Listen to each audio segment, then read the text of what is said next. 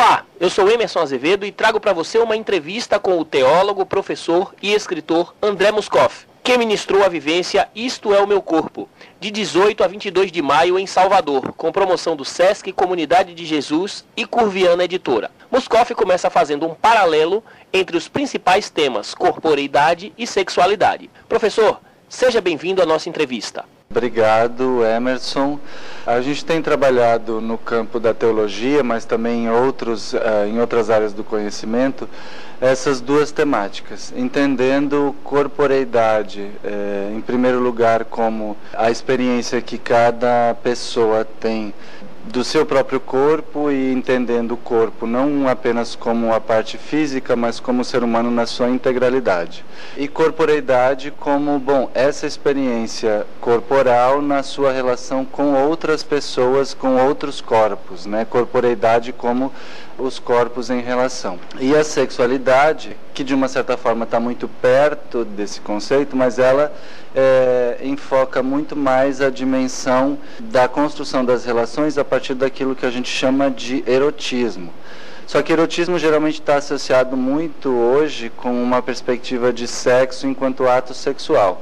mas entendendo o erotismo e a sexualidade muito mais como um elemento de qualidade nas relações, aquilo que faz com que as pessoas se aproximem e se afastam e estabeleçam as suas relações, e por isso então essas duas questões elas estão muito próximas conceitualmente, mas também na experiência que a gente entende das pessoas. Aconteceu também o lançamento do livro Viadagens Teológicas, no dia 20 de maio, aqui em Salvador. Como o senhor avalia o processo de construção dessa obra e o próprio lançamento? Então, o livro, na verdade, ele é a minha tese de doutorado, que foi defendida em 2008 e que agora então sai no formato de livro. Nesse estudo eu procurei pensar de que forma a gente poderia construir no contexto brasileiro uma teologia, um discurso e uma prática religiosa que partisse desde o conceito ou da ideia de diversidade sexual. E aí eu fiz, dentro do próprio estudo, uma análise histórica de como se constrói no contexto brasileiro a religiosidade nas suas múltiplas manifestações e expressões, e ao lado disso também como se constrói a ideia de sexualidade no Brasil. E reconstruo, na verdade, essa história mostrando como tanto a sexualidade quanto a religiosidade, mas também a relação entre elas tem sido marcado por aquilo que eu chamo de ambiguidade, no sentido de que existem mais de uma possibilidade, são incorporados vários elementos muitas vezes na configuração das identidades, das vivências das pessoas, e apontando para essa fluidez e todas as possibilidades nesses dois campos. Aí eu procuro também trazer um pouco para o contexto brasileiro uma produção teológica na área de teologia gay, teologia queer ou teologia da diversidade sexual, que tem sido produzido principalmente nos Estados Unidos já há mais de 30 anos e é desconhecido do público brasileiro, mas também procurando perceber em que espaços no Brasil e na América Latina tem se produzido isso que a gente chama de teologia queer, ou que uma teóloga com a qual a gente trabalha bastante, chamada Marcela Althaus-Ried, trabalha com a ideia de uma teologia indecente, que é justamente construir a teologia a partir de experiências de pessoas que constroem a sua identidade de gênero ou têm uma orientação sexual diferente daquilo que a gente chama de heterocêntrica ou dentro de um modelo de heterossexualidade compulsória. E aí eu procuro, a partir disso, então, construir uma proposta de epistemologia e de como produzir o conhecimento teológico que parta da ideia da ambiguidade. E aí vou trazendo narrativas de pessoas trans, vou trazendo autoras e autores que me ajudam a construir essa proposta de epistemologia que eu construí usando o lema do MST, ocupar, resistir e produzir. E o título, geralmente as pessoas ficam muito curiosas com o título. Primeiro que eu trabalho no livro com a metáfora de viagens, e de itinerários, e eu vou apresentando o que eu entendo que são itinerários para se construir uma teologia queer no Brasil,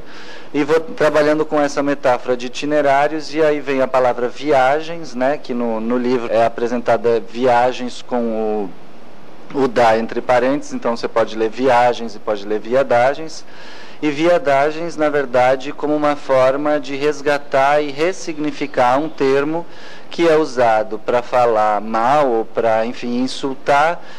especialmente homossexuais masculinos, mas a comunidade LGBT como um todo, justamente para reclamar ou recuperar o poder de construir teoria e construir, neste caso, teologia a partir dessas experiências.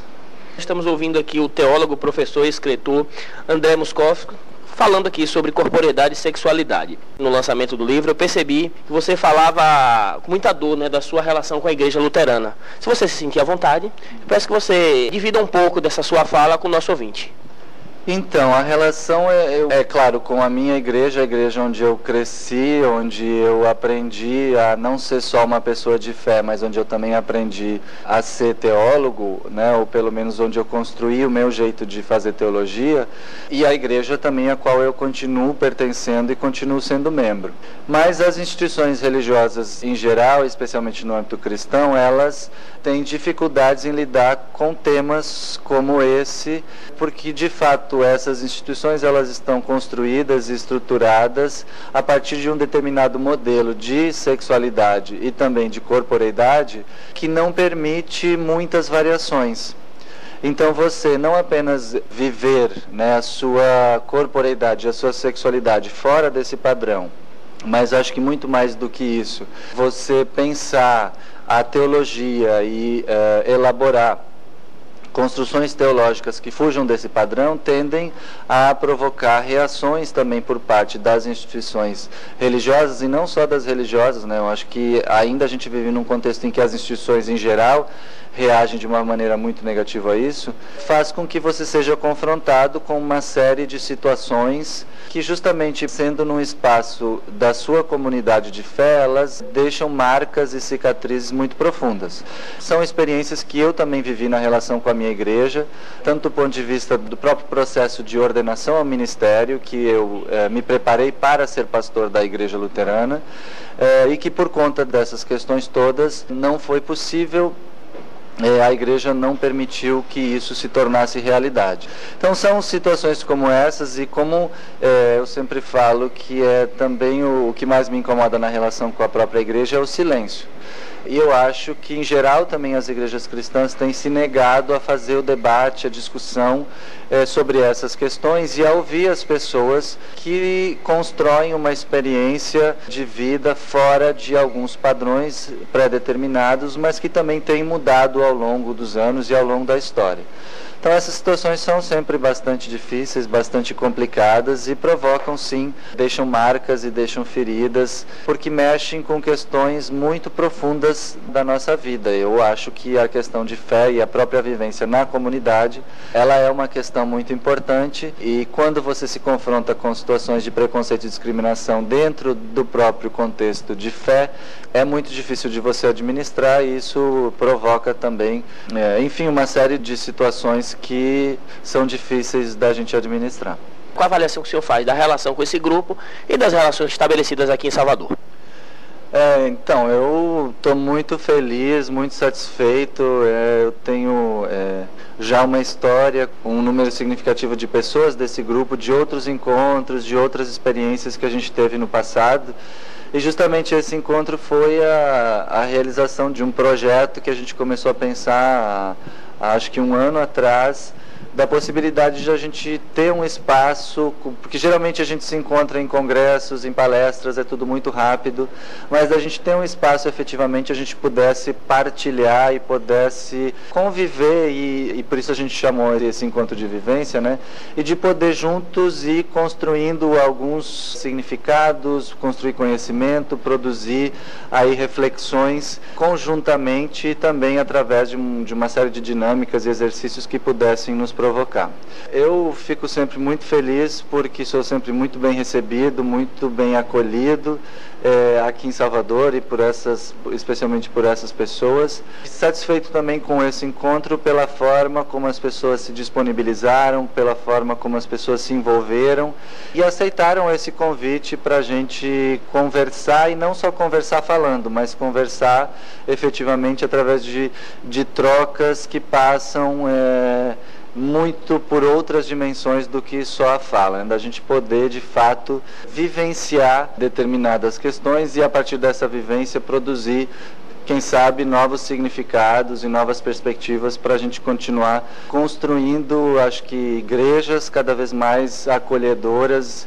e que cuidem mais das pessoas, mas também uma sociedade que seja cada vez mais também justa, democrática e que tenha lugar para experiências diversas, como é a experiência dos seres humanos. O CEPESC, a Comunidade de Jesus e a Curviana agradecem a sua presença e pedimos só que deixe uma mensagem para todo mundo que está nesse momento ouvindo a gente. Então, acho que a mensagem é essa, né? Eu acho que a gente vive num mundo e numa realidade onde as nossas relações estão bastante desgastadas, estão bastante ruins, e a gente precisa voltar mais para si mesmo, voltar mais para as pessoas que estão ao nosso redor e tentar construir relações que sejam verdadeiras, que sejam autênticas, que respeitem os limites